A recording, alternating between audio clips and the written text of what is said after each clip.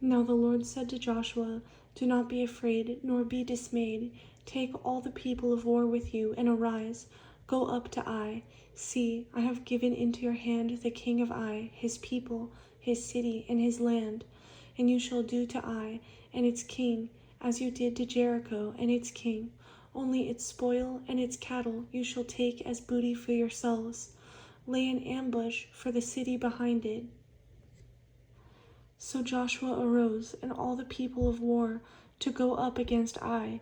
And Joshua chose 30,000 mighty men of valor, and sent them away by night.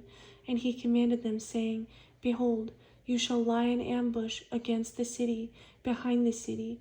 Do not go very far from the city, but all of you be ready. Then I and all the people who are with me will approach the city.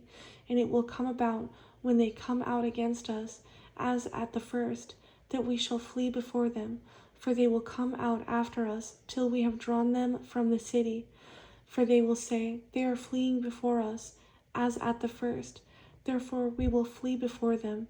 Then you shall rise from the ambush and seize the city, for the Lord your God will deliver it into your hand. And it will be, when you have taken the city, that you shall set the city on fire, according to the commandment of the Lord you shall do. See, I have commanded you." Joshua therefore sent them out, and they went to lie in ambush and stayed between Bethel and Ai, on the west side of Ai. But Joshua lodged that night among the people. Then Joshua rose up early in the morning and mustered the people, and went up, he and the elders of Israel, before the people to Ai. And all the people of war who were with him went up and drew near, and they came before the city and camped on the north side of Ai. Now a valley lay between them and Ai. So he took about 5,000 men and set them in ambush between Bethel and Ai, on the west side of the city.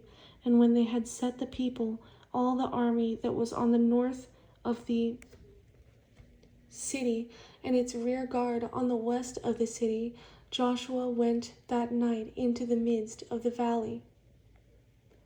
Now it happened, when the king of Ai saw it, that the men of the city hurried and rose early and went out against Israel to battle, he and all his people, at an appointed place before the plain. But he did not know that there was an ambush against him behind the city. And Joshua and all Israel made as if they were beaten before them, and fled by the way of the wilderness. So all the people who were in Ai were called together to pursue them. And they pursued Joshua and were drawn away from the city. There was not a man left in Ai or Bethel who did not go out after Israel. So they left the city open and pursued Israel. Then the Lord said to Joshua, "Stretch out the spear that is in your hand toward Ai, for I will give it into your hand." And Joshua stretched out the spear that was in his hand toward the city. So those in ambush arose quickly out of their place.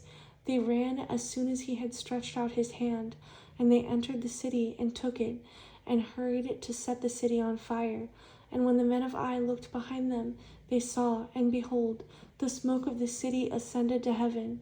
So they had no power to flee this way or that way, and the people who had fled to the wilderness turned back on the pursuers. Now when Joshua and all Israel saw that the ambush had taken the city, and that the smoke of the city ascended, they turned back and struck down the men of Ai. Then the others came out of the city against them, so they were caught in the midst of Israel, some on this side and some on that side. And they struck them down, so that they let none of them remain or escape. But the king of Ai they took alive and brought him to Joshua. And it came to pass, when Israel had made an end of slaying all the inhabitants of Ai in the field, in the wilderness where they pursued them, and when they all had fallen by the edge of the sword until they were consumed, that all the Israelites returned to Ai and struck it with the edge of the sword. So it was that all who fell that day, both men and women, were 12,000, all the people of Ai. For Joshua did not draw back his hand, with which he stretched out the spear, until he had utterly destroyed all the inhabitants of Ai. Only the livestock and the spoil of that city Israel took as booty for themselves, according to the word of the Lord which he had commanded Joshua.